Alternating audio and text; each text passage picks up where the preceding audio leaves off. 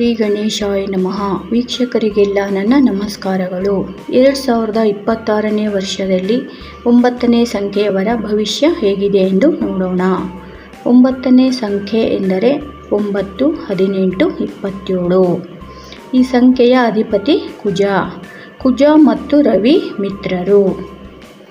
ಈ ವರ್ಷ ನಿಮಗೆ ತುಂಬ ಶುಭ ಫಲಗಳು ದೊರೆಯುತ್ತವೆ.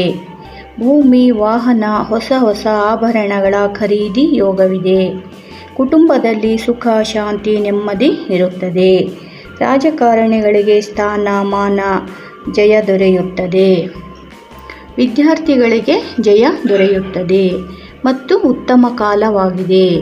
ಸಹೋದರ ಸಹೋದರಿಯರ ನಡುವೆ ಉತ್ತಮ ಬಾಂಧವ್ಯವಿರುತ್ತದೆ.